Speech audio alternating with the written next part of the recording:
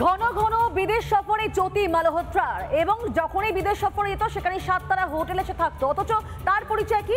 সে একজন সামান্য blogger, travel blogger.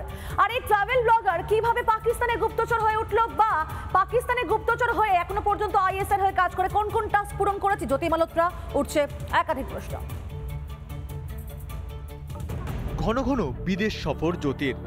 বিদেশ মানেই 7 স্টার হোটেল, এ যেন রূপকথার জগৎ।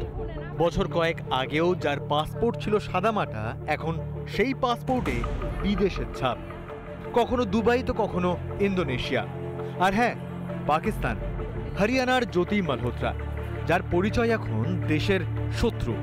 আইএসআইয়ের সঙ্গে যোগসাজশ বাড়তেই বদলে যায় জ্যোতির জীবন। বিমানে বিজনেস ক্লাসে সফর, সুটকেস খুললেই ঝলমলে ডিজাইনার পোশাক। প্রশ্ন একটাই, এই টাকার উৎস কি? সামান্য একজন ইউটিউবারের কাছে এত টাকা কিভাবে আসে? তদন্তকারীদের অনুমান, পাকিস্তানি গোয়েন্দা সংস্থা আইএসআই এর মারফত নিয়মিত আসত অর্থ। সূত্রের খবর, আইএসআই এর হয়ে কাজ করত এই জ্যোতি। তদন্তকারীদের ভাবাচ্ছে একাধিক প্রশ্ন। কোথা থেকে আসতো তার বিদেশ ভ্রমণের টাকা? কার কথায় কেন প্রথমবার পাকিস্তানে যায় জ্যোতি?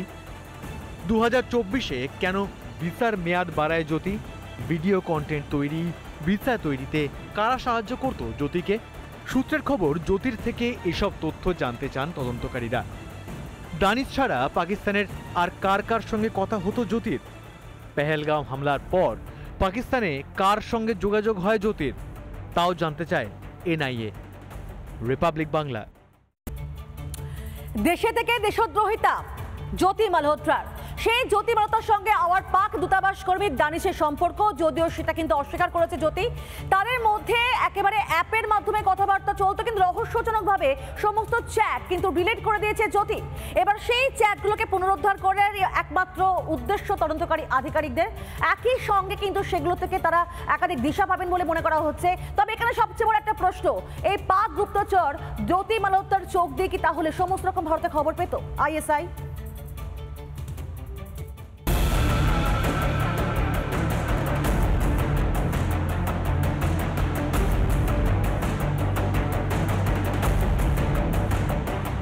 রহস্যে ভরপুর পাক গুপ্তচর জ্যোতি মালহোত্রা।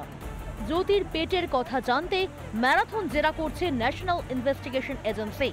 সূত্রের খবর, জেরা পর্বে 3টি বড় তথ্য জানতে পেরেছে এনআইএ। তদন্তকারীরা জানতে পেরেছেন, আইএসআই এর হয়ে কাজ করত জ্যোতি। আইএসআই এর ডিজিটাল এজেন্ট হয়ে গিয়েছিল সে। ডায়েরিতে গোপন তথ্য লিখে রাখত গুপ্তচর জ্যোতি। পাকিস্তানে যাওয়ার জন্য ভিসা পেতে দিল্লির পাক দূতাবাসে গিয়েছিল জ্যোতি। সেখানেই পরিচয় হয় দানিশের সঙ্গে। একে অপরের নিজেদের মোবাইল নাম্বার শেয়ার করে। এরপর শুরু হয় দুজনের কথাবার্তা। 2023 সালে প্রথমবার পাকিস্তানে যায় জ্যোতি।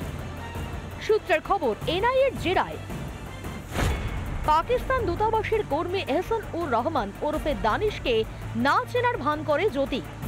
তদন্তকারীরা জ্যোতিকে প্রশ্ন করে, কখন কিভাবে দানিশের সঙ্গে দেখা হয়েছিল জ্যোতির? এনআইএর প্রশ্নের জবাবে অসংলগ্ন উত্তর দেয় জ্যোতি। দানিশের সঙ্গে অ্যাপের মাধ্যমে চলত কথাবার্তা। ধরপাকড় শুরু হতেই সেই চ্যাট ডিলিট করে জ্যোতি। কি ছিল সেই কথোপকথনে? কেন মুছে ফেলা হলো চ্যাট? কি কি তথ্য দিয়েছিল শত্রু পাকিস্তানকে জ্যোতি? আইএসআই এর কোন কোন টাস্ক পূরণ করেছিল এই পাক গুপ্তচর? প্রশ্ন অনেক, যার জবাব পেতে মরিয়া এজেন্সির আধিকারিকেরা। রিপাবলিক বাংলা। নানা ধরনের কন্টেন্ট দেখার জন্য লাইক করুন, শেয়ার করুন আমাদের ফেসবুক পেজ, সাবস্ক্রাইব করুন আমাদের ইউটিউব চ্যানেল। পাশাপাশি অন্যান্য ব্রেকিং নিউজের জন্য অবশ্যই চোখ রাখুন রিপাবলিক বাংলায়।